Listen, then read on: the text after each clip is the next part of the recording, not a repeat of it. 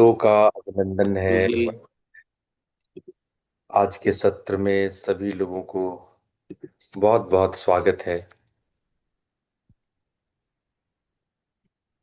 आज हम लोग गायत्री मंत्र के विषय में समझेंगे और गायत्री मंत्र का कैसे अनुष्ठान करते हैं, कैसे पूजा करते हैं।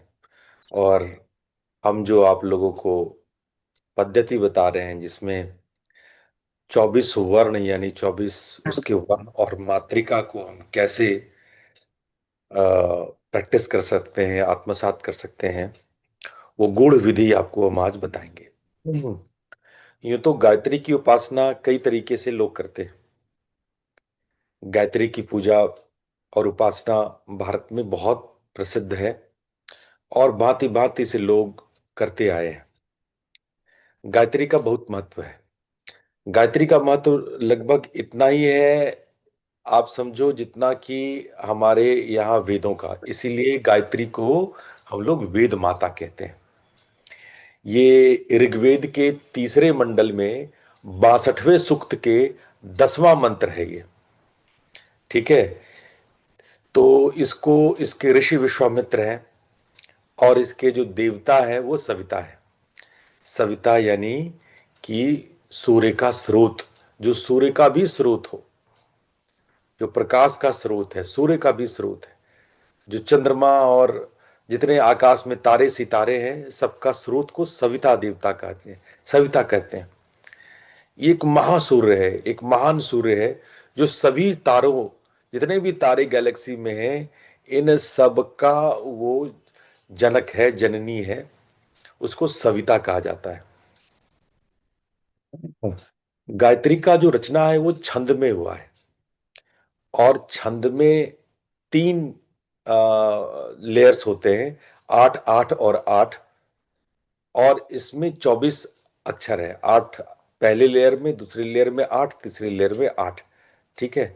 तो इसकी जो बनावट है इसको छंद बनावट कहते हैं, जो छंद के रूप में बनता है। तो 8 8 8 करके ये 24 अक्षर के हैं।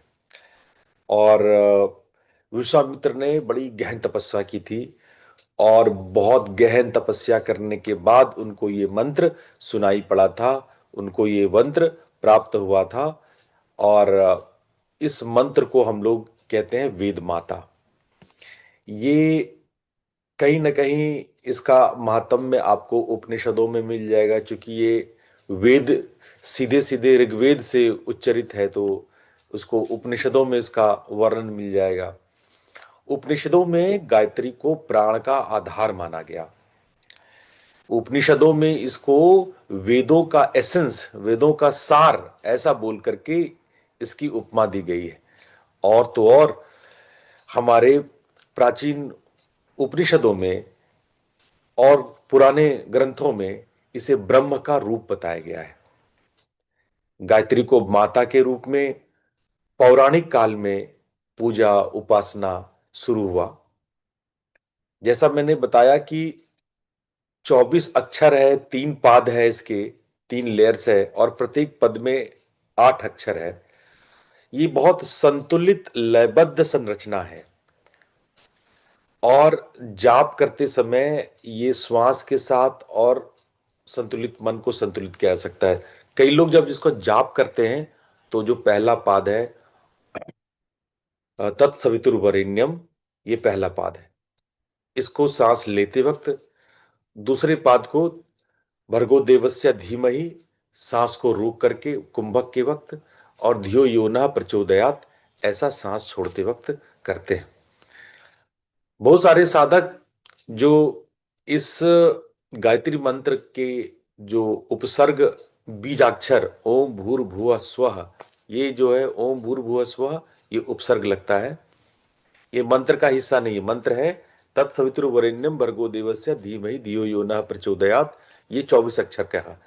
ये तत्सवितुर से लेकर के धियो यो नः प्रचोदयात् तक 24 अक्षर है। ये 24 अक्षर है। और इसके आगे हम लोग ओम भूर्भुवः स्वः, ये 4 बीजाक्षर लगाते हैं।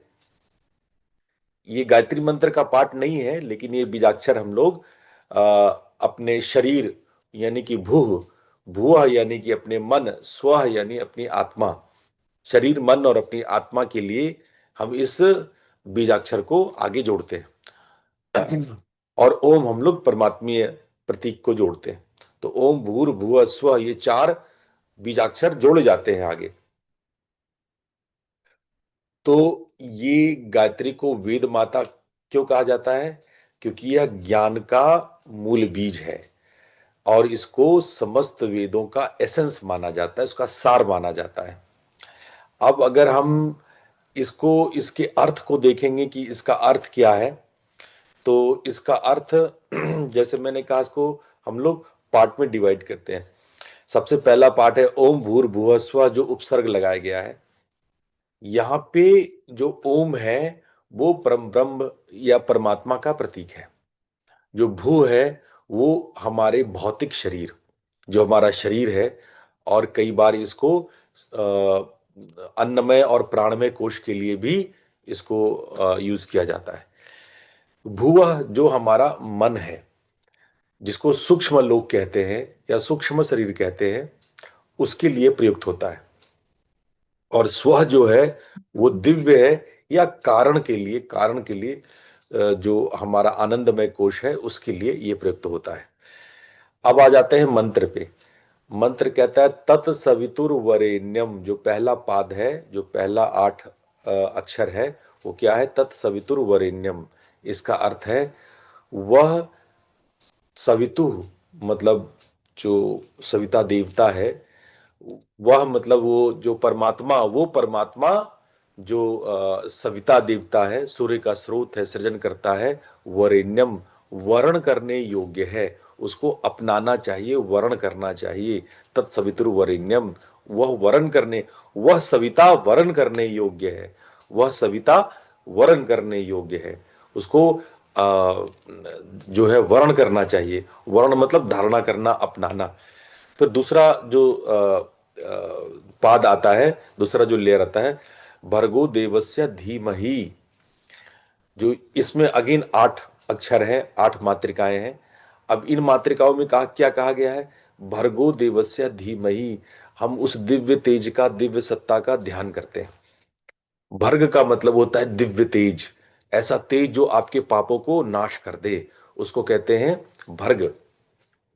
देवस्य देव शब्द से बना है, जो देवता, देवी, देवस्य, दिव्य बात, दिव्य सत्ता, उसके लिए देवस्य शब्द यूज होता है। तो भर्गो देवस्य, उस देवता के प्रकाश से क्या होगा? पाप का नाश होगा। और इसमें अंतिम शब्द जो बहुत इंटरेस्टिंग है, धीमहि। धीमहि शब्द का होता है हम ध्यान करते हैं। धी शब्द का अर्थ होता है ध्यान करना, तो हम ध्यान करते हैं। और अब जो ये अंतिम पाद, जो लास्ट के जो 8 अक्षर है, लास्ट की जो 8 मात्रिका है, वो है धियो यो नः प्रचोदयात। धिया का मतलब होता है बुद्धि, यो नः जो हमारी, यह और नः दो शब्द है, जो जब संधि होगा तो होगा यो नः, जो हमारी, यो नः जो हमारी, प्रचोदयात का अर्थ होता है प्रेरित करे, जो हमें प्रेरित करे, उसमें मोटिवेट करे।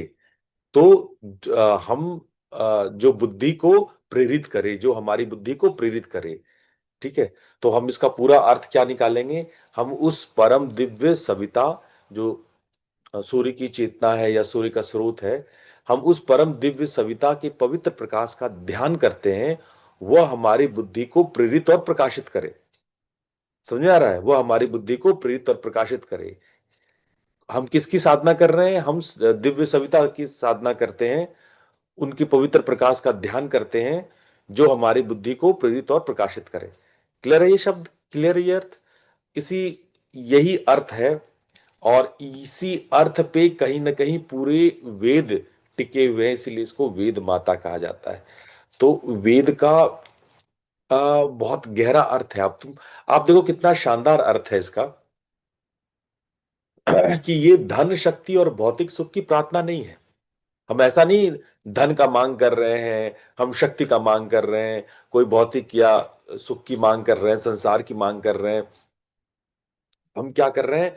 बुद्धि प्रकाश की प्रार्थना, बुद्धि में प्रकाश हो, हम उसकी प्रार्थना कर रहे हैं। तो ये मानव के डेवलपमेंट का एक उच्चतम आदर्श है, ये हाईएस्ट आइडियल है। कोई भी मंत्र जो है वो इतना आइडियल, अभी तुम देखो कोई भी मंत्र में देवताओं का गुणगान रहेगा, महानता रहेगा, हम कुछ मांगते हुए दिखाई पड़ेंगे, लेकिन हम यहां मांगते नहीं, हम बुद्धि को प्रकाशित करने की प्रार्थना कर रहे हैं।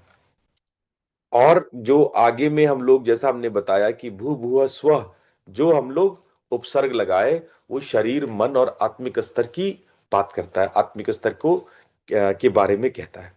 यानी हम तीनों लेवल पे, शरीर के लेवल पे, मन के लेवल पे, आत्मिक स्तर पे, हम स्थूल लेवल पे, सूक्ष्म लेवल पे, कारण लेवल पे, और हम पांचों तत्वों के लेवल पे, हम पांचों कोशों के लेवल पे इसको हम कहते हैं, हम इसकी बात करते हैं। और हम जब सूर्य की बात करते हैं तो ये केवल भौतिक सूर्य नहीं है, ये सविता है, ये एक ऐसा स्रोत है जो, जिससे कि सारे सूर्य, गैलेक्सीज, यूनिवर्स बाहर निकलते हैं। वो सविता देवता है जो हमारे सभी चेतना का भी स्रोत है, और भौतिकता जो भी सृष्टि में दिखाई पड़ रहा है उन सब का स्रोत है। तो वेदों में जो सूर्य है, ये जो चंद्रमा, तारे इत्यादि हैं, वो इसी सविता से निकल के बाहर आए हैं। तो अब हम जब सविता की बात करते हैं तो सविता हमें प्रकाश देते हैं, जीवन देते हैं, समय, मतलब दिक और समय, दिक और काल, और हमारे जागरण को, हमारे मोक्ष का प्रतीक है। तो जब भी हम सविता की बात करते हैं तो ये हमारे भीतर के प्रकाश, जीवन, दिक और काल, यानी जो हमारे चारों डायमेंशन है, और हमारे मोक्ष, इसका प्रतीक है। तो इस मंत्र का हमें बहुत अच्छे से जाप करना चाहिए, इसकी साधना करनी चाहिए। और आज हम लोग इसी की साधना करेंगे, इसी को हम लोग गहरे में, भीतर में जाप करेंगे, ताकि हम इसके गहनतम स्वरूप को जान सकें। तो चलिए आज हम लोग इसकी साधना करते हैं। वैसे तो इसकी साधना बहुत सारे तरीके से होती है, उसके अनुष्ठान पुरस्चरण लोग करते हैं, पर मैं आप लोगों को कुछ विशिष्ट इस बताऊंगा। इसके लिए पहले आप लोग इस मंत्र को सामान्य रूप से जाप करना सीखिए। तो आप लोग अगले 10 मिनट तक, नेक्स्ट 10 मिनट्स, अभी हो रहा है 6:13, तो 6:15 से लेकर के 6:30 तक 15 मिनट तक आप लोग गायत्री मंत्र का उपांशु जाप करेंगे। ठीक है, उसके बाद मैं उसको मुद्राओं से जोड़ूंगा, एक एक अक्षर का मैं मुद्रा बताऊंगा, 24 मुद्रा, जैसा मैंने कल आप लोग को बताया था, 24 मात्रिकाओं के साथ, अक्षरों के साथ 24 को जोड़ूंगा। लेकिन उससे पूर्व आप लोग को क्या करना है, उपांशु जप करना है, न बोल करके, न मनी मन, जो बीच का फुसफुसाहट वाला होता है वो आपको जाप करना है। गायत्री मंत्र सबको आता है ना, सब, किसी को मुझे याद कराने की तो जरूरत नहीं है, हम उम्मीद करते हैं सबको आता है। तो आप लोगों को बैठ करके अगले 15 मिनट ये जाप करना है, कोई बातचीत नहीं करना, शांति से एकदम बिल्कुल स्थिर होकर के बैठ जाना, और मैं ठीक 6:30 आप लोगों को मुद्रा कराऊंगा। तो आप लोग अगले 15 मिनट तक कोई इंस्ट्रक्शन नहीं होगा, मेरी तरफ से कुछ नहीं बोला जाएगा, आप लोग गहन ध्यान में उतरे और उपांशु जप कर लें। 15 मिनट तक गिनती भूल जाए, आपका 108 हो पाता है, नहीं हो पाता है, कितना होता है, नहीं होता है, आप चिंता नहीं करें। बस 15 मिनट तक आप आराम से धीरे धीरे उपांशु, गायत्री का उपांशु जप करें, फुसफुसा करके जप करें। जब जप करें तो अपने भ्रूमध्य में, जहां देखो मेरा ये टीका लगा है ना, जहां पर मैंने ये टीका लगाया ना, वहां पर एक दिव्य सूर्य, जैसे मानो सूर्य हो या उगता हुआ सूर्य, उसका ऐसा ख्याल कर लेना, और ऐसा ख्याल करते हुए, उसको सविता मानते हुए, उसको सूर्य चंद्रमा का स्रोत मानते हुए, उस सविता देवता का ध्यान करते हुए कि हमारी बुद्धि को प्रकाशित करे, ऐसा भाव करके हम लोग गायत्री मंत्र अगले 15 मिनट तक बोलेंगे। ठीक है, सब लोग तैयार हो जाओ, स्थिर होकर के बैठ जाओ। मैं अगला इंस्ट्रक्शन 15 मिनट बाद दूंगा। रीढ़ की हड्डी सीधी, सर सीधा, ध्यानात्मक आसन, आंखें बंद, शरीर शिथिल, रिलैक्स्ड, और गायत्री मंत्र।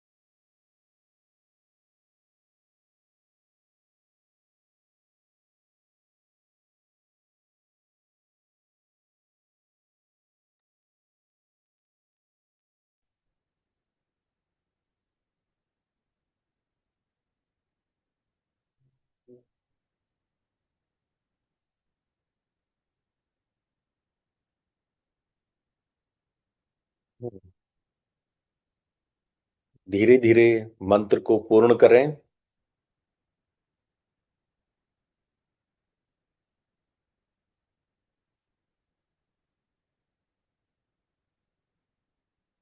दोनों हथेलियों को आपस में रगड़ें और धीरे धीरे अपनी आंखों पे रखें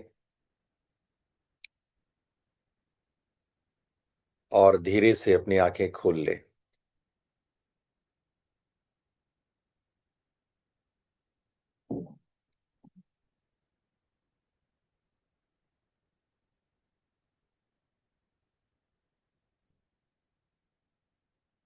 मैं जो आप लोगों को गायत्री का रहस्य बताने जा रहा हूं, उसका आधार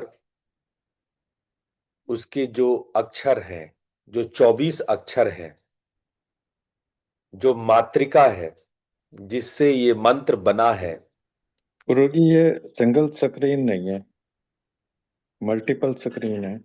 मल्टीपल, ये सबको ऐसा ही दिख रहा है? जी गुरु जी, बिल्कुल ऐसा ही जैसा बोल रहे हैं भाई साहब।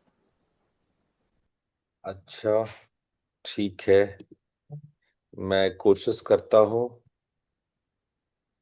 कि मैं इससे बेहतर बनाऊं। तो मैंने बताया कि जो मैं टेक्निक, जो विद्या आप लोग को बता रहा हूं, वो ये गूढ़तम ज्ञान है गायत्री का। गायत्री को लोग बहुत बाहर से जाने देखे हैं, लेकिन उसका गूढ़ तांत्रिक अभिप्राय बहुत कम लोगों को मालूम है। तो मैं आप लोग के सामने वो स्वरूप गायत्री का रखना चाह रहा हूं, जिसमें आप जी गुरु जी, ठीक हो गया, अभी बढ़िया हो गया। इसके मातृकाओं को समझें। गायत्री सदियों से हमारे चेतना को प्रकाशित करता आया है। इसी को कान में दीक्षित करने से एक साधारण बालक ब्राह्मण हो जाता है, या जाति से ऊपर उठकर हमारे भीतर एक गहरा ज्ञान को या उसकी दिशा की ओर प्रेरित करता है। इस मंत्र का अर्थ यदि आप समझेंगे तो आपको मालूम चलेगा कि इसका किसी भी धर्म और जाति से कोई लेना देना नहीं है। सूर्य या सविता सबके लिए है। उस उसकी हम उपासना करते हैं ताकि हमारी बुद्धि प्रकाशित हो। ऐसा बोलने से किसी भी जाति, धर्म या किसी भी प्रकार के क्षेत्र, किसी भी देश दुनिया से कोई, हमारे बहुत सारे, आपको हैरान होगी कि इस्लाम, मुसलमान के लोग इस गायत्री मंत्र की साधना करते हैं, यूपी में ही करते हैं। तो इस विद्या को अगर आप समझेंगे तो आपको बहुत आनंद आएगा ये जान करके कि इसका धर्म और जाति से कोई लेना देना नहीं। कोई, बहुत लोग कहते हैं स्त्री को नहीं करना चाहिए, जो गैर ब्राह्मण है उसको नहीं करना चाहिए, ये मूर्खता है। गायत्री मंत्र पर सबका उतना ही अधिकार है, चाहे वो स्त्री हो, पुरुष हो, ब्राह्मण हो, गैर ब्राह्मण हो। ब्राह्मण का अर्थ होता है जो ब्रह्म में रमण करे। ब्रह्मम रमणेति इति ब्राह्मण। तो जो लोग ऐसे ही केवल नाम के ब्राह्मण बने हुए हैं, है ना, दुबे, तिवारी, द्विवेदी, चतुर्वेदी और पंचवेदी लगाए हुए हैं उसको लगाने से कोई ब्राह्मण नहीं हो जाता है। शर्मा पांडे लगाने से आप ब्राह्मण नहीं हो जाते हो, जब तक आप ब्रह्म में रमण नहीं करते हो। और ब्रह्म में रमण करने वाला चाहे क्षत्रिय हो, शूद्र हो। मजेदार बात है कि इसके ऋषि विश्वामित्र, जिन्होंने गायत्री मंत्र को उत्पन्न किया, वो स्वयं क्षत्रिय थे। जिसने, जो गायत्री मंत्र के ऋषि हैं, जो गायत्री मंत्र के दृष्टा है, जिन्होंने, जिनको पहली बार गायत्री मंत्र उपज अंदर में आया, जिन्होंने प्रकाशित किया, वो स्वयं क्षत्रिय। इसीलिए कोई ऐसा न सोचे कि गायत्री मंत्र पर ब्राह्मणों का कोई एकाधिकार है या इसका ब्राह्मणों से कोई संबंध है? कोई संबंध नहीं, बल्कि ये आपको ब्राह्मण बनाता है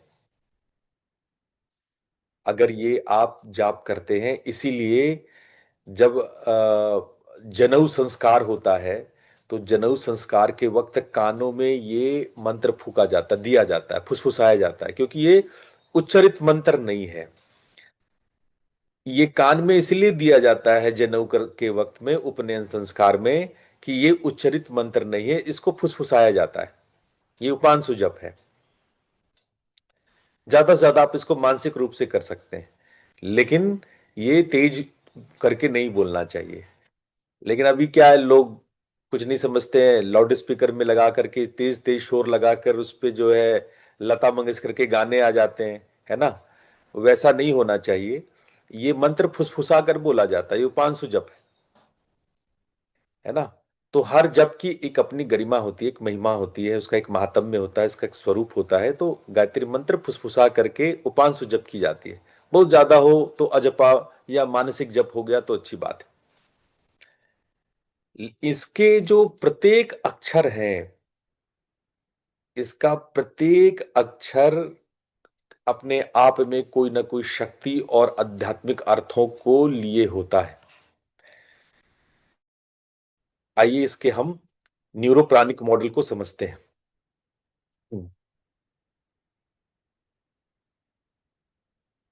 अब जैसे गायत्री मंत्र के अर्थ को मैंने अभी आप लोग को बताया कि ओम का अर्थ क्या है, भू का अर्थ क्या है, भुवः का अर्थ क्या है, स्वः का अर्थ क्या है, तत् का अर्थ क्या है, सवितुः का अर्थ क्या है, वरेण्यम का अर्थ क्या है, भर्गो का अर्थ क्या है, देवस्य, इन सब का अर्थ आपके सामने यहां लिखा हुआ है। तो ये इन शब्दों का अर्थ है। मैं आपको बताया था कि शब्द कैसे बनते हैं, बहुत सारे अक्षरों के मिलने से बनते हैं। बहुत सारे अक्षरों के मिलने से शब्द बनते हैं। शब्द को आपस में मिलाया जाए तो वाक्य या मंत्र बनता है। तो ये शब्द है तत्, सवितुर या वरेण्यम या भर्गो या देवस्य या धीमहि या धियो, ये सब शब्द हैं। इसको आपस में मिला दिया तो ये वाक्य या ये मंत्र बन गया। लेकिन इन शब्दों को अगर हम तोड़ेंगे, इसके सूक्ष्म में, इसके स्रोत में जाएंगे तो बनेगा अक्षर, और अक्षर का स्रोत है मातृका। तो हम लोग नाद साधक हैं, हम लोग मातृका साधक हैं, हम लोग स्रोत को समझने वाले हैं। इसलिए हमें शब्दों के अर्थ को नहीं देखना जानना है, हमें उसके भी गूढ़ में जाना है। ये तो सामान्य अर्थ हो गया, ये तो सामान्य पंडित लोग इसका अर्थ करते हैं। हमको इस अर्थ में नहीं जाना है, हमें जाना है इसकी नाद शक्ति में। हमें उतरना है इसको, और हम इसको अक्षरों में और मातृका में इसको हम अंदर अंदर प्रवेश करते हैं, इसके गूढ़ता में जाते हैं। ठीक है, चलेंगे आप हमारे गूढ़ता के साथ? चलिए ठीक है। यस नो आप लोग बोल दिया कीजिए, लगेगा कि हाँ भाई हमारी मेहनत आपके साथ सफल जी है। गुरु जी। गायत्री मंत्र को हम लोग 3 पादों में डिवाइड करते हैं। पहला पाद कहलाता है, जो पहला चरण है, पहला लेयर है, उसको बोलते हैं आधार शुद्धि, है ना। जो हमारा बेस है, जो हमारा आधार है, उसकी शुद्धि। तो आधार शुद्धि क्या होता है, आप देखो मैंने इसको 8 अक्षरों में तोड़ा है। तत्, स, वी, तु, र, व, रे, नंग। ठीक है, ये 8 मैंने इसको तोड़ दिया, इसको 8 अक्षरों में। ये 8 अक्षर आपके सामने दिख रहा है। ठीक है, अब इसको आप समझो। इन 8 अक्षरों को जब आप समझेंगे तो सबसे पहला है तत् शब्द। तत् एक ही अक्षर है, जिसका जिसके भीतर जो शक्ति है वो आदि शक्ति है, और जिसका आध्यात्मिक अर्थ है परम सत्य का बोध। स शब्द है, उसका अर्थ है सृजन शक्ति, जिसका अर्थ है जीवन का उद्गम। वी शब्द का अर्थ होता है विस्तार शक्ति, जिसका आध्यात्मिक अर्थ है चेतना का प्रसार। वैसे ही तू शब्द का जो शक्ति है रूपांतरण शक्ति कहलाता है, और इसका अर्थ है आंतरिक परिवर्तन। र शब्द का अर्थ गति शक्ति है, जिसका आध्यात्मिक अर्थ होता है स्पंद। व शब्द का जो के भीतर जो शक्ति है उसको कहते हैं संतुलन शक्ति, और उसका आध्यात्मिक अर्थ होता है त्रिगुण साम्य, जो हमारे सत्य रज और तम ये 3 गुण है उसकी साम्यता। रे शब्द जो है वो दिशा बोधक है, दिशा शक्ति है, और वो हमारा मार्गदर्शन करती है। वही णंग शब्द जो है वो संरक्षण शक्ति है और हमें दिव्य आश्रय प्रदान करती है। ये इसका आध्यात्मिक अर्थ है। अब देखो आधार शक्ति क्यों है। आधार के लिए, किसी चीज के बेस के लिए हमें क्या चाहिए? उसका सृजन होना, उसका विस्तार होना, उसका रूपांतरण होना, उसका गतिशील होना, उसका संतुलित होना, उसका दिशा में दिशा तय होना और उसका संरक्षण होना। जरा आप सोच के देखो, इनके अलावे भी कोई आधार होता है क्या?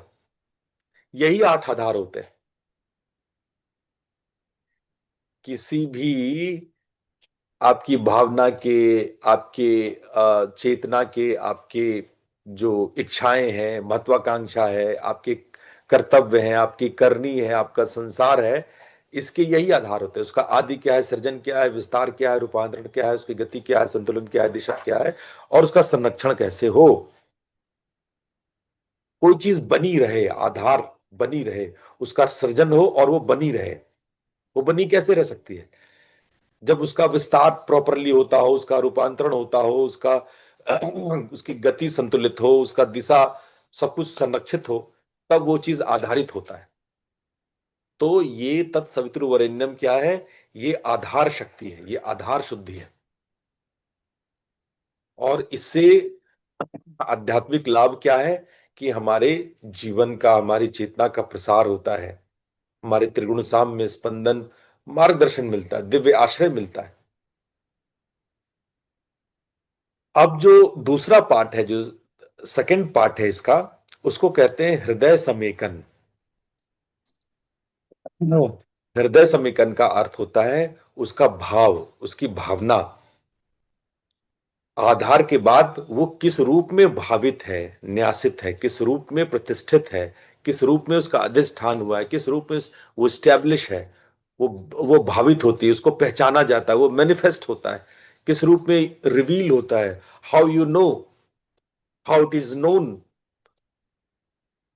How we get in a manifested form, उसको कहते हैं हृदय समेकन। अब ये कैसे, किस रूप में सामने आता है? जो पहला पार्ट था वो तो अनमैनिफेस्टेड पार्ट था, वो आधार था। और ये जो दूसरा पार्ट है वो प्रकट पार्ट है। वो जैसे होता है कि एक प्लानिंग पार्ट, ठीक है, जो डॉक्यूमेंटेशन प्लानिंग, इसको बिजनेस टर्म में हम आपको समझाएं तो जैसे बिजनेस करते हो तो पहले डॉक्यूमेंटेशन प्लानिंग, कंपनी बना लिया, उसके डॉक्यूमेंटेशन कर लिया, उसकी प्लानिंग कर ली, उसके गोल्स और उसके जो वो है वो सेट कर दिए, माइलस्टोन सेट कर दिए, जो भूमिका तैयार कर दिए, जो उसका मेमोरेंडम तय कर दिए, आर्टिकल ऑफ एसोसिएशन बना दिए ये सारे तैयार कर दिए, सारी उसकी भूमिका बन गई, सारी उसकी जो है, तो वो पहला 8 अक्षर है। और दूसरा जो 8 अक्षर है, जब आप उसके अंदर मैनेजमेंट क्रिएट करना शुरू करते हो, माल लाना, उसका मैन्युफैक्चर करना, उसको बनाना, या अगर आप मार्केटिंग कंपनी है तो उसको मार्केट करना, उसको बेचना, उसको दुकान पे लाना, रिटेल शॉप है तो दुकान में उसको लगा देना, बेचना, है ना, ये हृदय समेकन हुआ। मतलब अब जो आपकी प्लानिंग है वो प्रकट रूप में आपके सामने है, वो अभिव्यक्त रूप में आपके सामने है। तो कैसे वो अभिव्यक्त होता है? भर्गो देवस्य धीमहि। ये भर्गो देवस्य धीमहि जो द्वितीय पाद है, उसमें वो प्रकट रूप में आपके सामने आता है। किस रूप में? प्रकाश शक्ति, शुद्धि शक्ति, दिव्यता शक्ति, करुणा शक्ति, संबंध शक्ति, बुद्धि शक्ति, एकत्व शक्ति और जागरण शक्ति से। बड़े ध्यान से आप देखो, भ है प्रकाश शक्ति, गो है शुद्ध शक्ति, दे है दिव्य शक्ति, व है करुणा शक्ति, स है संबंध शक्ति, धी है बुद्धि शक्ति, म है एकत्व शक्ति, ही है जागरण शक्ति। जब आपने तत्सवितुर्वरेण्यम की प्लानिंग की, तत्सवितुर्वरेण्यम जो आधारशिला रखा, उसका जो रिजल्ट आया, जब वो उसको एक्टिव मोड में लाए, जब आप मैदान में उतरे और उससे प्ले करना शुरू किए, तो क्या सामने आया? प्रकाश, आंतरिक तेज, शुद्धि, पाप नाश, दिव्यता, आपके दैवीय गुण, करुणा, आपका हृदय विस्तार, संबंध, आपका समेकन, आपकी बुद्धि विवेक, आपका एकत्व समन्वय, और जागरण शक्ति यानी चेतना का ऊर्ध्व होना। ये इसका कोई एक्शन प्लान का एक्शन फॉर्मेट है। जब आप उस प्लान को कंस्ट्रक्टिव फॉर्म में, एक्शन फॉर्म में आप ले आए, किसी योजना को आप उसके फंक्शनल फॉर्म में ले आए, ये उसका फंक्शनल फॉर्म है। ठीक है, समझ में आ रहा है? और अब आते हैं उसका तृतीय पाद। अब बिजनेस के टर्म्स में इसको कैसे समझेंगे? आपको जो आपके एक्शन लिए, उसमें आमदनी क्या हुई, आपने सामान बेचा, रिजल्ट उसका क्या आया, उसका आमदनी, है ना? तो जो क्रिया प्रतिक्रिया आपने किया, उससे क्या लाभ आपको हुआ, उसका रिजल्ट क्या हुआ, उसका उपनिषद क्या है, उसका एसेंस क्या है, उसका सार क्या है, उससे हुआ क्या, मोक्ष मिला, ज्ञान मिला, वही आगे इसमें लिखा है। धारणा शक्ति, प्रेरणा शक्ति, पुनः प्रेरणा, आत्मसमर्पण, उन्नयन शक्ति, चैतन्य स्पंद, दान शक्ति और पूर्णता शक्ति। पूर्ण हो गए, संपूर्ण हो गए। धियो यो नः प्रचोदयात्, ये जो थर्ड पाद है, जो तीसरा लेयर है, धियो यो नः प्रचोदयात्। धी शब्द का अर्थ होता है धारणा शक्ति, यो का होता है प्रेरणा शक्ति, फिर अगला यो का अर्थ होता है पुनः प्रेरणा। इसलिए प्रेरणा शक्ति यो शब्द है, और दूसरा यो का है पुनः प्रेरणा। यो मतलब ही प्रेरणा होता है, यह अक्षर का मतलब ही प्रेरणा होता है। इसलिए दो बार है धियो यो, धियो यो।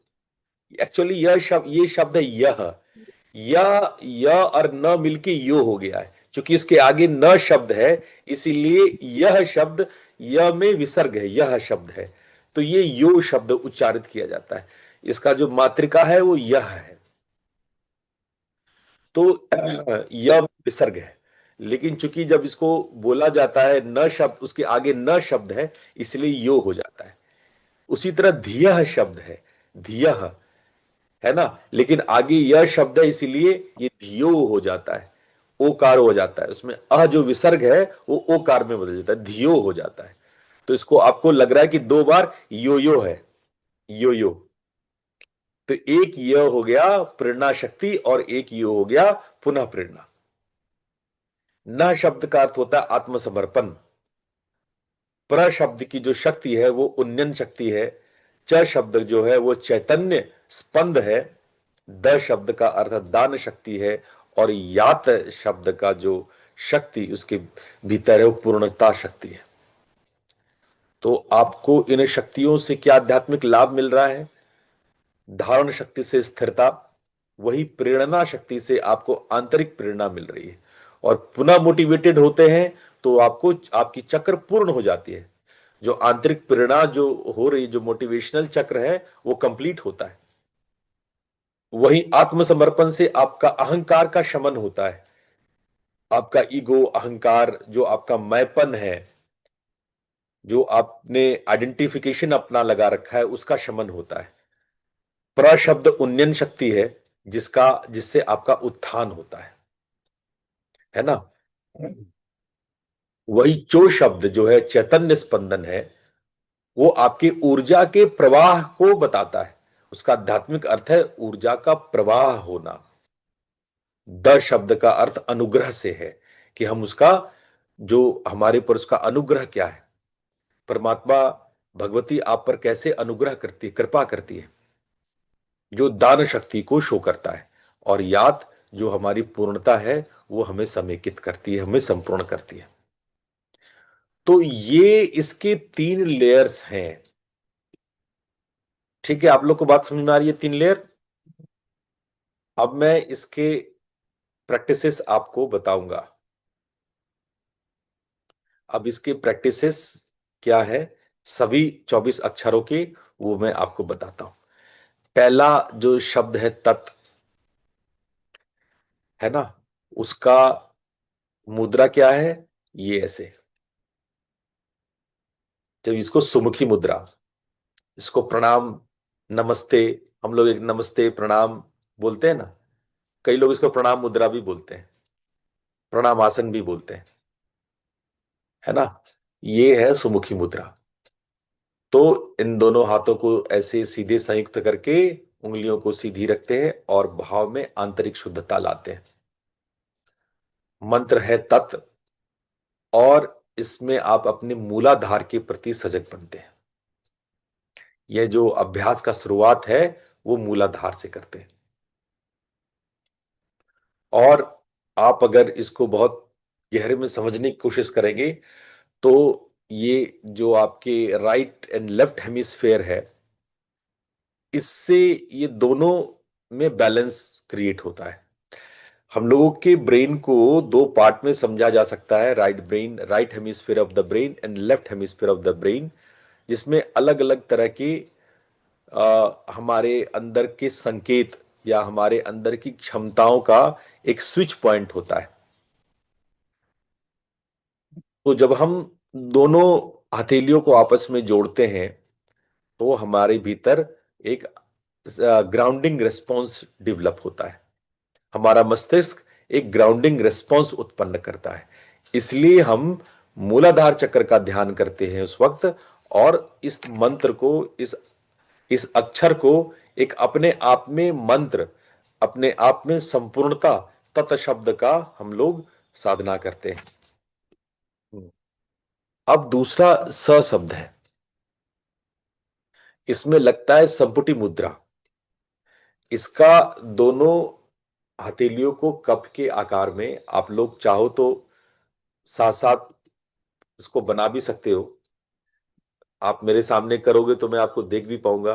कई लोग तो वीडियो ऑफ करके रखते हैं, हमें समझ में या नहीं आता है वो है भी कि नहीं है हमको मालूम नहीं है। अगर आप लोग कोशिश करें कि जब क्लास हो तो आप लोग अपना वीडियो ऑन कर ले, एटलीस्ट मैं जान पाऊं कि आप उपस्थित है, आप सुन रहे हैं। तो ये ऐसा कप बनाते हैं, ठीक है।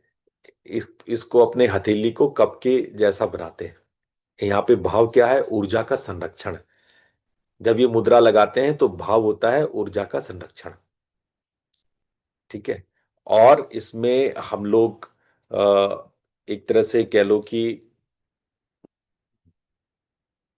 स्वादिष्ठान चक्र का ध्यान करते हैं, और जो ऊर्जा है वो कहीं ना कहीं हमारा जो लिम्बिक कामिंग में सपोर्ट करता है, ठीक है। और हमारे पैरासिम्पैथेटिक नर्वस सिस्टम को एक्टिवेट करता है, उसके एक्टिवेशन में इस मुद्रा का रोल होता है। अब हम लोग तीसरी मुद्रा में आते हैं, वितत मुद्रा। इसको बोलते हैं वितत मुद्रा। ये जो तीसरा अक्षर है वी, तत् स वी, अभी हम पहले पाद के तीसरे में है। जो तीसरा जो वितत मुद्रा वी है, वो दोनों हाथ को जब आप सामने खोल देते हैं, है ना, आपने क्या किया, दोनों हाथ को ऐसे सामने ऐसे खोल दिया, ऐसे सामने रख दिया। इससे पहले क्या था, दोनों हाथ को आपस में मिलाए थे, अभी क्या किए, दोनों हाथ को आपस में थोड़ा सा अलग कर दिए, खोल दिए। तो जब हाथ सामने खुले हुए हैं तो जो भाव है वो विस्तार का भाव है, ठीक है। इससे पहले का भाव क्या था, इससे पहले का भाव था संरक्षण का। जब हम ऐसे हाथ करते हैं तो ये संरक्षण का भाव है, और जब ऐसे हाथ खोल देते हैं तो वो विस्तार का भाव है। संरक्षण और विस्तार, ठीक है। और इसमें चक्र क्या है, मणिपुर चक्र। और इसमें हमारे चेस्ट ओपनिंग भी होती है, और ये सिंपैथेटिक नर्वस सिस्टम को एक्टिवेट करता है एक बैलेंस्ड फॉर्म में। और हमारा जो एक विल सेंटर है, हमारी जो इच्छा शक्ति है, इच्छा केंद्र है, वो स्टिमुलेट होता है। अब इसको थोड़ा सा और फैला करके एक हाथ को जैसे कप जैसा बनाते हैं, थोड़ा सा और फैलाएंगे इसको, थोड़ा सा और फैलाएंगे, हाथ को ढीला रखेंगे, थोड़ा सा और इसको और ज्यादा तू में फैला दिए, ज्यादा फैला दिए, भुजाओं को और ज्यादा फैला दिए, चेतना का विस्तार किए। इसका चक्र अनाहत चक्र है। और इसको कहते हैं कि जब हम लोग अपने वक्ष क्षेत्र, छाती के एरिया को ओपन करते हैं, तो हमारे वैगल टोन में, जो वेगस नर्वस सिस्टम है, जो वैगल टोन है, उसमें सुधार होता है। तो ये मुद्रा हमारे हृदय स्पंदन में, हमारी हृदय संवेदना को प्रभावित करता है। ये तू शब्द है। अब अगला अक्षर है जो पांचवा और छठा है, उसको द्विमुखी और त्रिमुखी मुद्रा कहते हैं। तो द्विमुखी कैसे बनाएंगे? ये नीचे जो आपका मणिबद्ध है उसको मिलाएंगे केवल, ये जो आपका ये नीचे ये जो कलाई का पार्ट है, इसको मिला करके हथेली को इस तरह रखेंगे। तो इसको कहते हैं द्विमुखी। एक मुख और दो मुख, द्विमुखी। ये दो मुख हो गया। ठीक है। अब क्या करना है आपको? तीनने मुख के लिए अंगूठे को ऐसे मोड़ देना, ऐसा ऐसा अंगूठे को, ये देख लो, ऐसे ऐसे मोड़ना। ठीक है, ऐसे मोड़ देना। और दोनों अंगूठे को आपस में लगा करके ये ऐसे ऐसे। ठीक है। तो इसमें एक मुख, दो मुख, और जो छोटा सा कली सा निकल गया, जो आपने अंगूठे का जो शेप बना लिया, वो तीसरा मुख कहलाता है, वो त्रिमुख हो गया। ठीक है। तो ये त्रिमुख हो गया।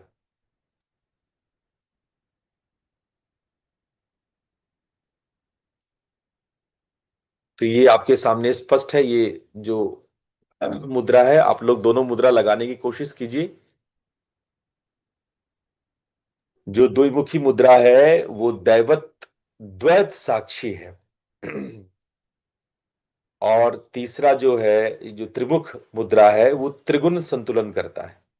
गुरुजी, ये त्रिमुखी मुद्रा में केवल बड़ी वाली उंगली आपस में टच कर रही है, बाकी उंगलियां अलग है। हाँ, बाकी उंगली अलग है। जी गुरुजी, थैंक यू। और मतलब मध्यमा भी अलग टच कर रहा है। तर्जनी और मध्यमा दोनों टच कर रहा है। तर्जनी और मध्यमा दोनों टच कर रहा है। ठीक है। केवल अनामिका और कनिष्ठा अलग अलग है। तर्जनी और मध्यमा आपस में टच कर रहे हैं। ठीक है। जी गुरुजी। तर, हाँ। अब हम लोग आगे चलते हैं। आगे है चतुर्मुखी। चतुर्मुखी मुद्रा में हम लोग ये सवितुर वरेण्यम, ये जो आपका शब्द है, रे शब्द है, वो आता है। और ये विशुद्धि चक्र में इसका ध्यान करते हैं। क्योंकि चतुर्मुखी मुद्रा है, इसमें चार वेद या चार दिशाओं को हम अभिप्रेरणा करते हैं। इसमें चारों उंगलियों का स्पर्श है और अंगूठे अलग अलग है। चार उंगलियों का स्पर्श है किंतु अंगूठे अलग अलग है। और ये जो दिशाओं का ज्ञान होता है, दिशाओं की ओर हम अपनी चेतना को चारों दिशाओं में स्थापित करते हैं। इसमें चारों दिशाओं का भाव होता है। ठीक है। इसमें स्पेशियल कॉग्निशन एक्टिवेशन होता है। ये जो इसका अगर हम फिजियोलॉजी देखें तो हमें ये पता चलता है कि स्पेशियल कॉग्निशन एक्टिवेशन आपके ब्रेन का होता है। पंचमुख मुद्रा में हम आप सामने अगर हाथ फैला लें, अंगूठे को हल्का सा मोड़ेंगे, मतलब अंगूठा बिल्कुल सीधा नहीं रहेगा, हल्का सा अंगूठा टिल्ट रहेगा। अंगूठे को हल्का सा मोड़ते हैं हम लोग। अंगूठा बिल्कुल सीधा नहीं रखते हैं, अंगूठे को हल्का सा मोड़ देते हैं, मोड़ के लगाते हैं अंगूठे को, और उंगलियां खुली रखते हैं। इसको बोलते हैं पांच पांचों उंगलियों का प्रसारण है ना, पंच तत्व जागरण, ये पांच तत्वों का जागरण है। जो अण्यम शब्द है, वरिण्यम, अन्नम, जो अन्नम शब्द है, अन्यम, अन्यम शब्द जो है वो पंच तत्व का समीकरण है। तो हम इसमें पांचों, मूलाधार से लेकर विशुद्धि, पांचों चक्रों का ख्याल करते हैं। ये पांचों चक्र एक साथ ख्याल करते हैं, मूलाधार से विशुद्धि तक में। जो फिंगर से आपका फैला हुआ है, जो हमारे कॉर्टिकल सेंसरी स्प्रेड को स्टिमुलेट करता है, स्प्रेड करता है, कॉर्टिकल सेंसरी को स्टिमुलेट करता है। ठीक है। अब हम आते हैं षण्मुखी मुद्रा में। अब देखो ये मुद्रा भी जो हमने अभी लगाया था उसके, उससे मिलता, चतुर्मुखी मुद्रा से मिलता जुलता है, लेकिन उसमें क्या था कि हम लोग अंगूठे को अलग अलग किए थे। इसमें हम पांचों उंगलियों को, अंगूठे को भी आपस में मिलाएंगे। उसमें उसमें अंगूठा अलग अलग था, इसमें अंगूठे को हम आपस में मिला लेते हैं। तो दोनों हाथों की पांचों उंगलियां, सभी सभी मिलेगा, 10 उंगलियां आपस में मिलेंगी। ठीक है। ये षट चक्र संतुलन है। और इसमें भी हम मूलाधार से लेके आज्ञा तक, इससे पहले पंचमुखी में विशुद्धि तक थे, अभी मूलाधार से लेकर के आज्ञा तक ये सभी षटों चक्र का संतुलन इसमें रखेंगे। ये इंटर डिजिटल प्रेशर है, और इससे आपके ब्रेन में बायलेटरल कॉर्टिकल मैपिंग होता है। ये सब अभी ब्रेन के टर्म्स हैं, मैं बाद में ब्रेन को और डिटेल में पढ़ा दूंगा कि कॉर्टिकल मैपिंग क्या होती है, इंटर डिजिटल प्रेशर क्या होता है। ये मैं जब ब्रेन आप लोग को अलग से बताऊंगा तो मैं डिटेल, ये ब्रेन के बहुत सूक्ष्म तंतुएं हैं, तंत्र तंत्रिकाएं हैं जो इस तरह के मुद्रा से प्रभावित होते हैं। 10वां है अधोमुख मुद्रा, जिसमें सिंपली आपको हाथ नीचे की तरफ रखना है।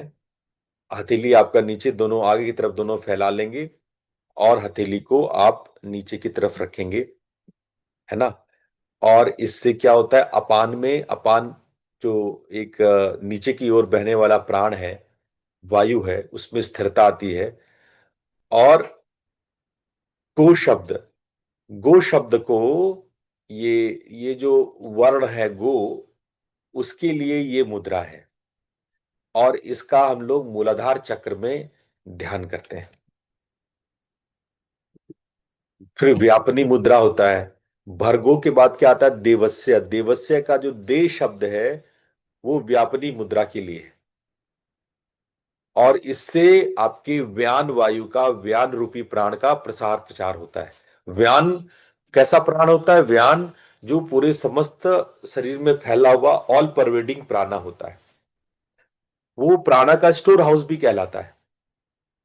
जहां जिस प्राण की कमी होती है वो व्यान प्राण से जाता है। इसमें आप क्या करते हैं, दोनों हथेली को ऐसे फैला देते हैं, ये व्यापनी मुद्रा कहलाता है। ठीक है। और व्यापनी मुद्रा से आपके ब्रेन पर क्या प्रभाव पड़ता है, आपका जो पेरिफेरल नर्वस सिस्टम है वो एक्टिवेट होता है। ये मेरे ख्याल से हमारे बीच केवल डॉक्टर साहब समझ पा रहे होंगे, आप लोग के सर से ऊपर जा रहा होगा। हाँ जी गुरु जी। मैं इसको अलग से, क्योंकि अब समय कम है, मैं इसको विस्तार से, जब मैं ब्रेन को एक्सप्लेन करूंगा तो मैं आपको इन सब बातों को और नर्वस सिस्टम को एक्सप्लेन करूंगा, तो मैं आपको और विस्तार से बता पाऊंगा कि ये व्यापनी मुद्रा आपकी पेरिफेरल नर्वस सिस्टम को कैसे एक्टिवेट करता है। 12वां आ जाइए अंजलि मुद्रा में। अंजलि मुद्रा, अगेन हाथ यूं सामने, जैसे नमस्कार की स्थिति जो हमने शुरू में किया था सुमुखी मुद्रा में, वही अंजलि मुद्रा 12वें रूप में हम लोग वॉर्म में करते हैं। ठीक है। और इन दोनों मुद्राओं में, विशेष रूप से सुमुखी में और अंजलि मुद्रा में कोई फर्क नहीं है। बस सुमुखी मुद्रा में हम लोग दोनों जो आपके बाह है उसको थोड़ा सा सीधा रखते हैं, जगह मैं आपको दिखा सकूं, ये ऐसे रखते हैं। और अंजलि मुद्रा में थोड़ा रिलैक्स रखते हैं। सुमुखी में थोड़ा सा ऐसा रखते हैं, ये जो आपकी हाथ है वो ऐसे सीधी जाती है, जो स्टार्टिंग में सुमुखी मुद्रा मैंने बताया था। और अंजलि मुद्रा में ये ऐसे रिलैक्स होता है। बस इतना भर का फर्क होता है, लेकिन दोनों फिर अलग अलग मुद्रा हो जाते हैं, दोनों मुद्राएं फिर अलग अलग कहलाती हैं। और ये जो मुद्रा है, इस मुद्रा को अगर आप करते हैं तो ऑक्सीटोसिन, ये एक हार्मोन है ऑक्सीटोसिन, इसका जो रिस्पांस मॉडल है वो एक्टिवेट होता है। ऑक्सीटोसिन आपके भीतर में कैसे रिस्पॉन्ड करता है, वो इस मुद्रा से एक्टिवेट होता है। इस विषय में भी हम बाद में आप लोग को डिस्कस करेंगे, कितने प्रकार के हार्मोन्स हमारे शरीर रिलीज करती है और हमारे बॉडी में अलग अलग ग्लैंड्स हैं और उन ग्लैंड्स में वो कैसे फंक्शन करती है, हम किसी और दिन इस पे चर्चा करेंगे। फिर आता है शकट मुद्रा। ये इस मुद्रा को देखो और समझो। ये जो मुद्रा है, इस मुद्रा में हम लोग पहले ये अंगूठा को आप जो है करते हैं, और अंगूठा को हम लोग आपस में ऐसे मिला करके, और ये जो उंगली है इसको ऐसे फंसा करके, ये जो छोटी उंगली है, आपको छोटी उंगली को ऐसे फंसा करके और ये ऐसे करते हैं। छोटी उंगली को फंसाना है आपको, छोटी उंगली को फंसा करके और ये ऐसे, इसको शकट मुद्रा कहते हैं। ठीक है।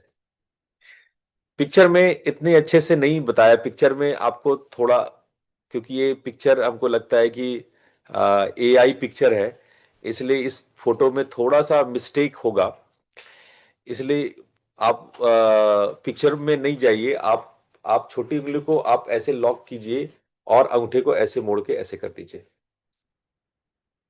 ये सकट मुद्रा कहलाता है। ठीक है। तो ये, हाँ, जो है आपके भीतर में जो ये सय है, मणिपुर चक्र के लिए है, और ये आपके ऑब्स्टेकल्स को रिलीज करने के लिए है, आपकी मुश्किलों को। अच्छा, ये जो है आपके भीतर में पाचन तंत्र को भी एक्टिवेट करता है, आपके जो स्मॉल इंटेस्टाइन है ना, उसपे उसका असर होता है। मस्कुलर डिस्चार्ज इसके थ्रू, इस मुद्रा से ज्यादा बेहतर तरीके से होता है। अब आता है यम पाश मुद्रा। ठीक है। अब यम पास मुद्रा में क्या करेंगे, ये जो आगे पहला जो उंगली है, जो आपका फोर फिंगर है, फोर फिंगर को क्रॉस करेंगे। अभी हम लोग सकट मुद्रा में क्या किए थे, छोटी उंगली को क्रॉस किए थे, इसमें क्या करेंगे, फोर फिंगर को क्रॉस करेंगे। ठीक है। ये जो पहला उंगली है, तर्जनी उंगली है, तर्जनी उंगली को आपस में ऐसे क्रॉस करेंगे और ऐसे जोड़ के फिर आप इसके ऊपर ऐसे अंगूठा रखेंगे।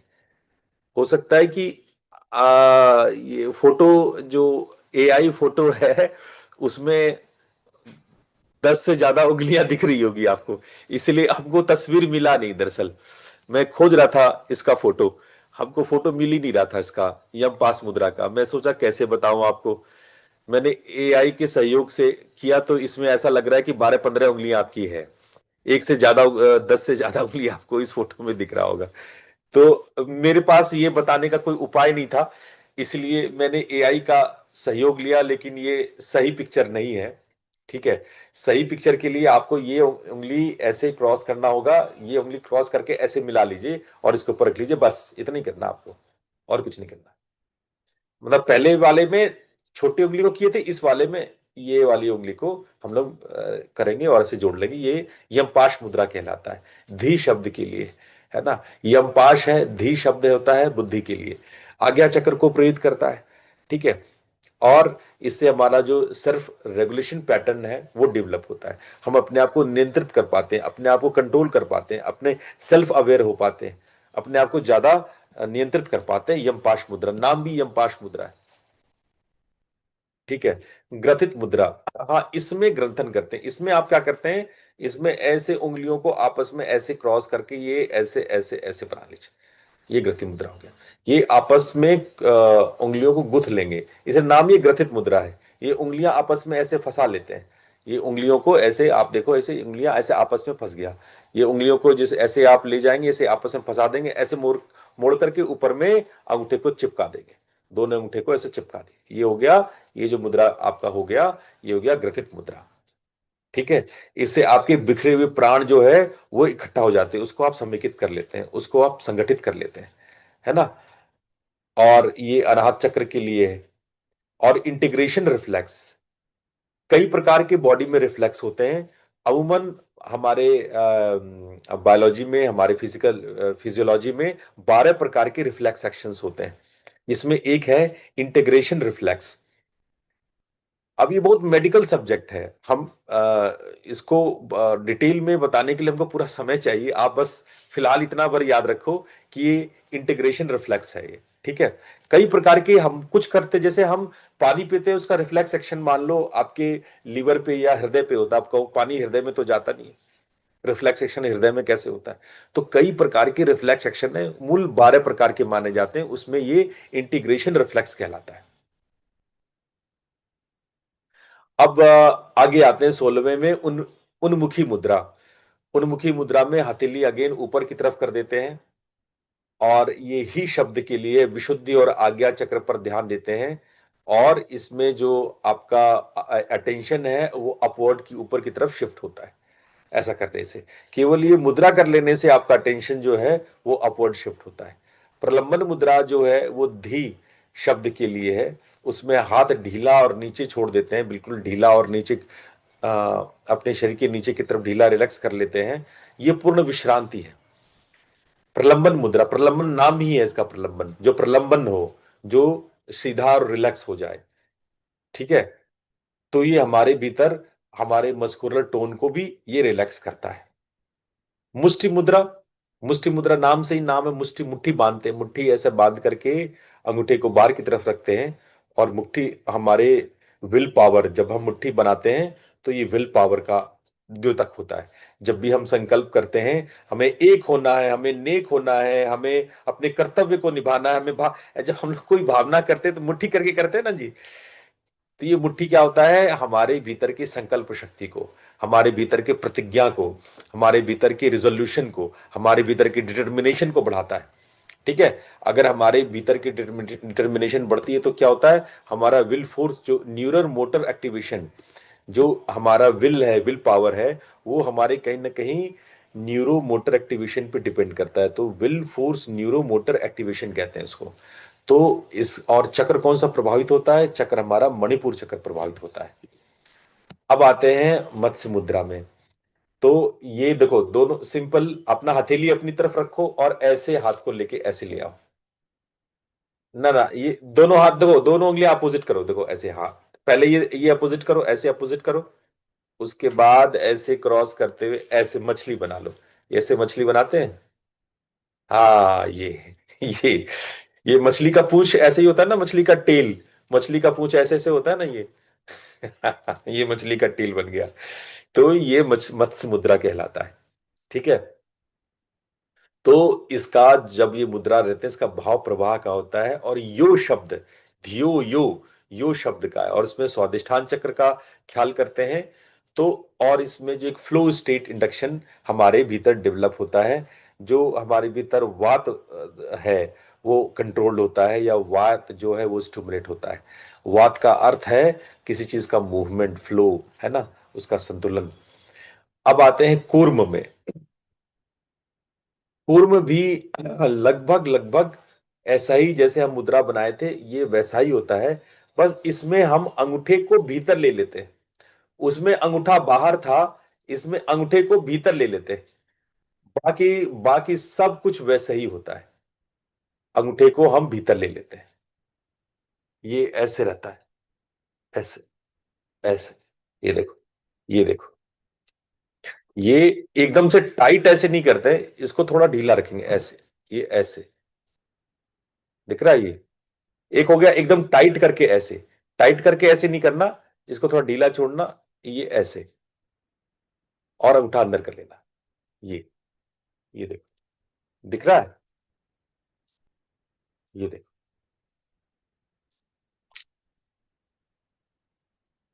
ये कूर्म मुद्रा है, ठीक है। कूर्म मुद्रा से आपका इंद्रिय निग्रह होता है, और कूर्म मुद्रा लगाते वक्त हमें आज्ञा चक्र पर ध्यान करना चाहिए। ये सेंसरी विड्रॉल मॉडल है, इसको हम लोग कहते हैं सेंसरी विड्रॉल मॉडल। प्रत्याहार इफेक्ट इसी को कहते हैं, यही प्रत्याहार है, ठीक है। अब आते हैं वाराह मुद्रा में। वाराह मुद्रा में केवल, जैसे मत्स्य मुद्रा वाराह मुद्रा के ही आगे लगाए थे ना, ये वाराह मुद्रा में केवल ये रखना है ऐसे, इसी को आगे हम लोग मत्स्य मुद्रा लगा लेते हैं। ये वराह मुद्रा, वराह मुद्रा, ये होता है वराह मुद्रा, है ना। तो ये प्र शब्द के लिए है मणिपुर चक्र, और इसका जो इसका आप न्यूरोलॉजिकल स्टडी करेंगे, इसका न्यूरॉन ब्रेन स्टडी करेंगे, तो अपवर्ड थ्रस्ट न्यूरल क्यू कहते हैं इसको। अगेन ये बहुत साइंटिफिक टर्मिनोलॉजी है, मैं अगले किसी दिन आपको एक्सप्लेन करूंगा, समय ज्यादा हो गया है, बहुत जल्दी जल्दी मैं शॉर्ट करना चाह रहा हूं। ये जो एक एक न्यूरल क्यू, कुछ कई न्यूरल क्यू होते हैं, इसमें से एक है अपवर्ड थ्रस्ट न्यूरल क्यू। ऐसे 6-7 न्यूरल क्यू होते हैं, तो ये अपवर्ड थ्रस्ट न्यूरल क्यू है, इससे डेवलप होता है।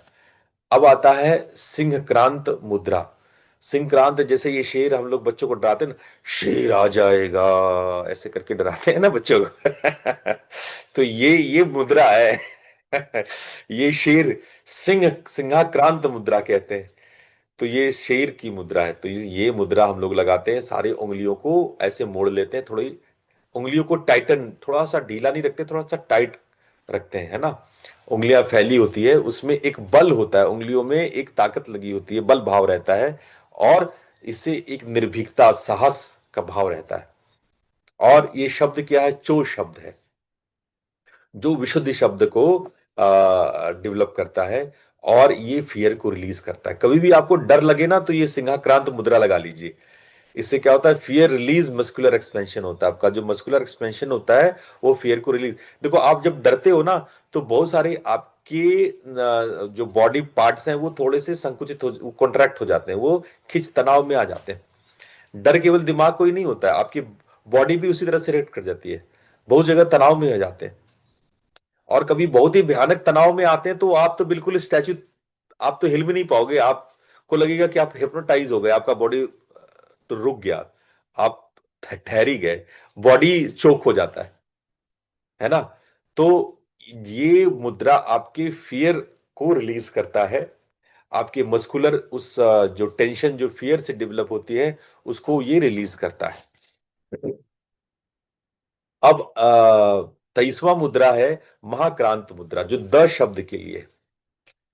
तो द शब्द से जो प्रचोदयात में द शब्द है, उसमें महाक्रांत मुद्रा है। उसमें आप हाथ उठा करके ये हाथ को पूरा फैला लेते हैं, है ना। ये परम विस्तार का सूचक है। और हम लोग जब कोई पूजा पाठ, खासकर बनारस में जब हम लोग पूरा करते हैं, तो हर हर, जब शंभू करते हैं ना, हर हर महादेव, तो हर हर महादेव में महाक्रांत मुद्रा लगाते हैं। हर हर महादेव करते हैं ना ऐसा, तो महादेव में ऐसे पूरा हाथ ऐसे ऊपर उठा देते हैं। तो वो महादेव के लिए जब हाथ उठाते हैं तो महाक्रांत मुद्रा लगाते हैं, वो द शब्द को सूचित करता है। सहस्रार चक्र, इसमें हम लोग फोकस करते हैं सहस्रार चक्र को। और अंत में महादेव करके बाद बहुत लोग हाथ जोड़ लेते हैं, बहुत लोग ताली बजाते हैं, और बहुत लोग उसको हृदय पे रख लेते हैं। ये पूर्णाहुति मुद्रा होता है, ये हृदय पे रखा जाता है। महादेव शंभू करने के, महादेव के बाद जब आप हाथ नीचे करते हो तो क्या करते हो? उसको हृदय पे रखते हैं और धीरे से नमन करते हैं। कुछ लोग प्रणाम करते हैं, लेकिन जो शास्त्रीय तरीका है वो पूर्णाहुति मुद्रा है, जो आप इसको दोनों हाथ को हृदय पे रखते हैं। ये प्रतिष्ठा है, ये मौन है। ये यात शब्द से, प्रचोदयात, यात शब्द जो है उससे ये, इसमें अनाहत से सहस्त्रार तक ये सभी चक्रों के प्रति अपने ध्यान को केंद्रित करते हैं। ये कंप्लीशन सर्किट स्टेबलाइजेशन कहलाता है ना। तो ये आपके पूरे सर्किट को, ये 24 जो मुद्राएं हैं, इस पूरे मुद्राओं को ये कंप्लीट करता है। तो इस प्रकार से आपने देखा कि ये 24 मुद्राएं हैं, और इन 24 मुद्राओं के माध्यम से हम लोग गायत्री मंत्र की साधना, उपासना कर सकते हैं। तो हम जो आप लोग को सिखाते हैं वो न्यूरल मॉडल है, वो न्यूरो मॉडल है। मेरा उद्देश्य शब्द और मंत्र से नहीं है, मेरा उद्देश्य उसकी मातृका को पकड़ना है। मेरा उद्देश्य शब्दों से अक्षर जाओ, अक्षर से मातृका, मातृका से नाद, हम लोग नाद साधक हैं, इसलिए शब्दों पे, शब्द ब्रह्म, शब्दों पे नहीं जाते, शब्द के गहरे मात्रिकाओं पे जाते हैं। इसलिए मैंने इन सभी शब्दों को गहरे में, उसके जो 24 वर्ण हैं, ये गायत्री महाविज्ञान तंत्र में इसका उल्लेख है। इसका उल्लेख आपको बहुत सारे, इवन श्री विद्या में भी, श्री विद्या साधना में भी गायत्री के 24 तत्वों को जब हम लोग यंत्र बनाते हैं, श्री यंत्र बनाते हैं, तो जो 5 ट्रायंगल ऊपर की ओर, 4 ट्रायंगल नीचे की ओर आपस में टकराते हैं, तो ये 24 जगह क्रिस क्रॉस करते हैं। अगर आपने श्री यंत्र देखा होगा, भाई हम लोग तो श्रीकुल साधक परंपरा के साधक हैं, हम लोग तो श्री साधना करते हैं, तो श्री साधना में जो 4 ट्रायंगल नीचे की और 5 ट्रायंगल ऊपर की ओर, जो बीच में आपको दिखता है 9 ट्रायंगल क्रिस क्रॉस, तो ये कुल मिलाकर के 24 जगह टकराते हैं। ये 24 तत्व है। तत्सवितुर्वरेण्यम भर्गो देवस्य धीमहि धियो यो नः प्रचोदयात्, ये इतने अक्षर हैं। ये 24 अक्षर हमारा 12वां जो आवरण है, श्री विद्या का 12वां आवरण, वो बनाता है। ये क्रिस क्रॉस, जो भी जहां जहां क्रॉस ये होता है, और उस माध्यम से हम गायत्री साधना, गायत्री उपासना करते हैं। और गायत्री उपासना के हमने आपको सभी रूपों को आज विस्तार से बताया। हम कोशिश करेंगे कि ये साधना आप लोग मंत्र के साथ साथ अगले सत्र में इसको मंत्र के साथ साथ इन मुद्राओं को कर सकें। आज के आनंद के लिए आप सभी लोगों का धन्यवाद, आप सब लोगों का प्रणाम, आपका दिन शुभ हो। प्रणाम। प्रणाम गुरु हाँ, गुरु जी प्रणाम, प्रणाम। धन्यवाद। प्रणाम गुरु जी। प्रणाम गुरु जी। प्रणाम गुरु जी।